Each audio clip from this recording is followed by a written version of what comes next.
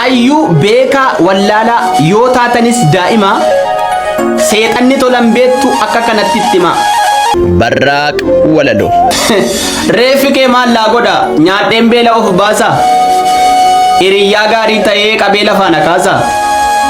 moo gaafan qullaa koo ta'u waamtee na baasta daara dachaa keessa dhaabbattee maa dhiibaa ooltaa gaara bakka dhaabbattu beeki reeffi reeffumaaf fira malee sirraa fokkisaati dagadhu waa'ee jira bar du'aan du'aadhuma jiraataaf wabiin ta'u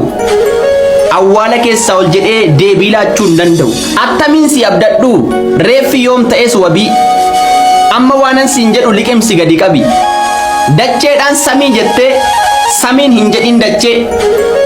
ati waan du'aa taatee jiraataa ta'uu kootu naaf si'in adda galche hayyuu beekaa wallaalaa yoo taatanis daa'ima